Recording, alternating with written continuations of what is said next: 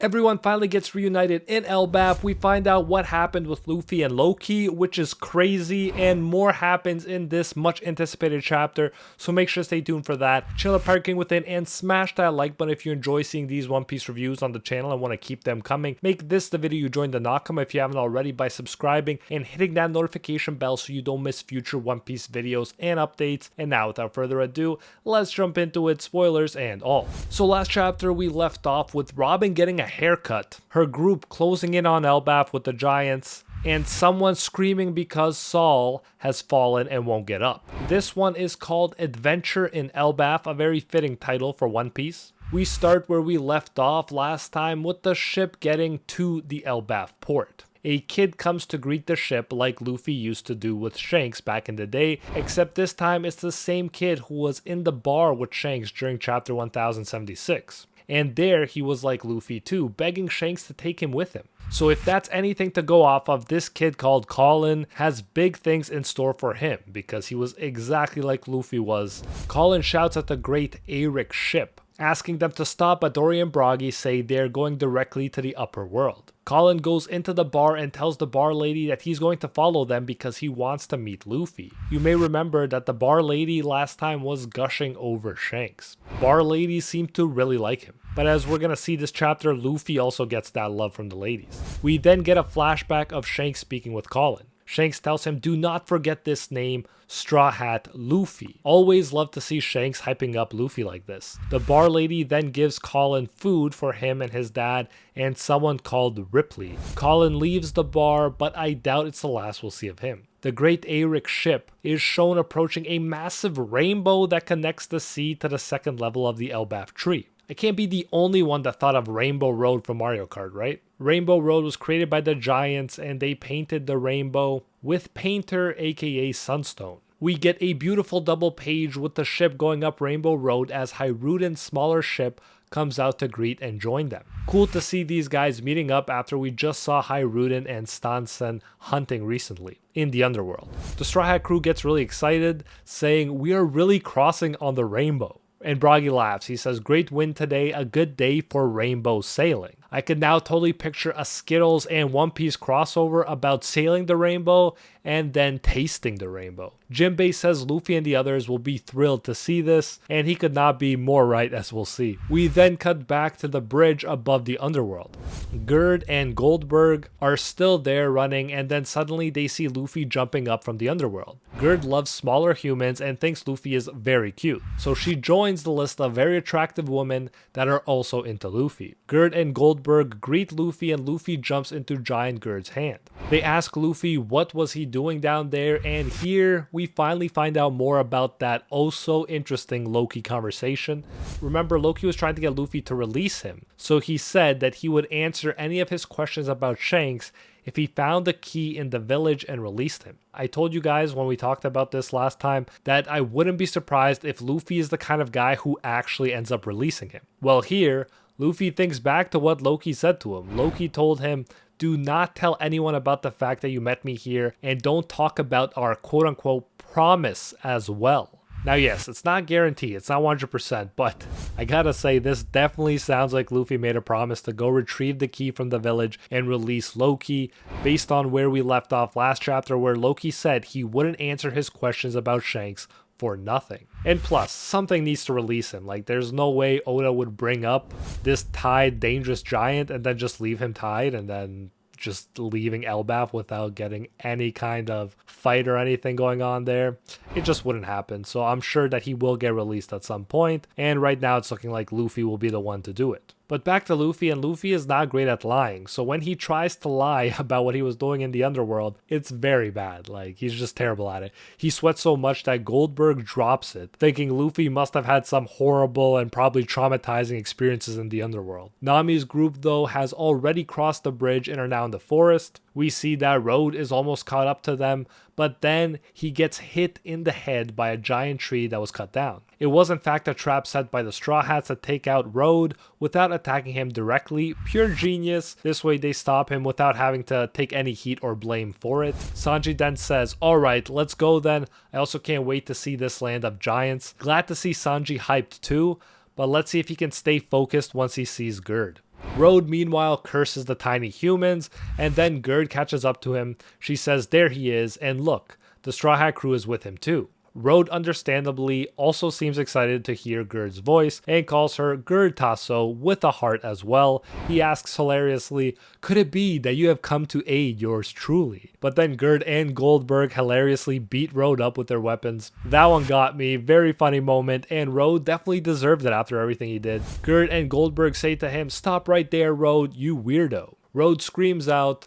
Luffy is then finally reunited with Nami's group. They are now on the second level, and Luffy, Usopp, and Chopper run ahead to see a massive village. And that might just be the village that Loki was talking about, where his key is hidden. Meanwhile, we are about to get the complete reunion of the Straw Hats since the Great ℂ𝕂ING ship and Hiruden's ship are reaching the village too via the Rainbow Road. Here, Dory and Bragi explain the 3 levels of Elbaf: Heaven World, Sun World, and Underworld. I'm curious to learn more about all of these, especially the Heaven World, since we've seen the other 2. All of them are now in the Sun World, as you might have guessed, which has many villages, and it's so vast it makes it impossible to see it all in its entirety. Specifically, the village they are now approaching is the village of Dory and Bragi, which makes it all the more significant to us. In another amazing double page, we have the reveal of their village. It appears to be built on tree branches in the air with many island clouds nearby. Houses are in the same style that we saw in other giant villages, and there's a castle too, one that is similar to the one that Road built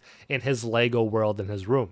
He obviously copied the giant tree, so it's not surprising that there are more stuff he copied, creating a mini Elbaf there that he could rule from his own room. The giants welcome them to Elbaf officially, and this does seem like the first official chapter where Elbaf is taking place and everyone's together. I guess that's why it was called Adventure in Elbaf. And it's nice to get this official welcome after all the confusion that happened earlier. Luffy can't help but say whoa when he sees it.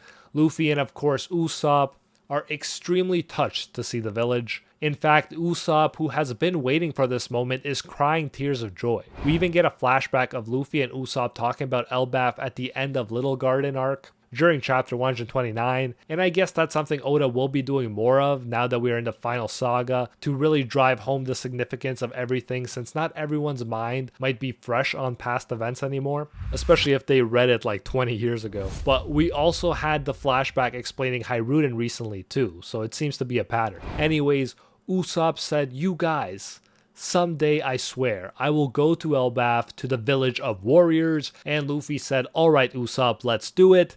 And guess what? They did it. And honestly, if they're ever gonna bring up a flashback of something we've already seen, it should be for moments like these, where a major goal of one of the characters is finally being realized after 1,000 chapters. We see the reactions of the others too. They may not be as significant as Usopp's, but they are loving it too. Robin, Nami, Bonnie, and Lilith, aka the ladies, are smiling with joy. Zoro, Frankie, Brook, and Jinbei are amazed.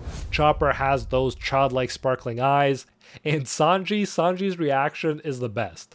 During this moment where everyone is mesmerized by finally arriving to Elbaf after all this time and witnessing its majesty, remember Sanji himself even said that he can't wait to see it. Well, Sanji is leaning on Gerd's chest because priorities. At the same time we are seeing all this, we are getting text boxes, important ones mind you. They say great size brings about sensation. No words would do this view justice. This is the kingdom of Warland on Elbaf Island. It is a kingdom of giants that is commonly referred to collectively as Elbaf. The ℂ𝕂ING ship and Hiruden's ship arrive, and finally everyone is officially reunited. Hiruden says, hey Straw Hat, to his leader. Frankie also greets Luffy saying, so you are here too. We have been looking for you. And Luffy says, huh? You guys just arrived? He laughs and says, it's great that we are all able to meet up. Everything turns out alright. Then of course, as Jinbei predicted, when Luffy, Usopp, and Chopper discover that Frankie and the others have been sailing on a rainbow, their faces and expressions immediately change. They ask, are you guys riding on a rainbow? Let us ride too. The text boxes continue, and we're told that this is a narration from Louis Arnault, the explorer that wrote about Little Garden in the famous Bragman book. So once again, the Bragmen proved to be right, and the people that mocked them look like idiots. That is classic One Piece for you. He wrote from the grasses or trees, vines to flowers, and the insects, fishes, or birds, including all the animals. One can only gasp at the sheer size of everything. Fellow explorers, the time you spent here will not be fruitless. In the last panels, we can see the silhouette of a person who is walking in the forest and a giant grizzly bear is looking at him in the background. We can't see who the person is exactly, but they have long hair plus a Wano Kuni hat. So it's assumed he's the same person who was drinking with Crocus on the chapter 631 cover story, since he had those same features. I'll leave it to you guys in the comments to guess who it is, and Bragman writes, if you get it right. The narration concludes thus. However, if I am to record only one thing about the mysterious land of Elbaf, the place where everything is huge, I wish for you to remember my words somewhere in the back of your mind. Do not prolong your stay in this land for too long. And Oda cliffhangers us with that. It just stops there, but why, Arnold? Why? That is so intriguing, and now the why will keep me up at night. Thank you, Oda, for that. No break next week, or at least no scheduled break, so we should be getting another chapter soon, fingers crossed. But that is it for this one. If you did enjoy this video, you'll probably enjoy this video that YouTube recommends on screen right now. Like and subscribe for more, and I'll see you in the next one.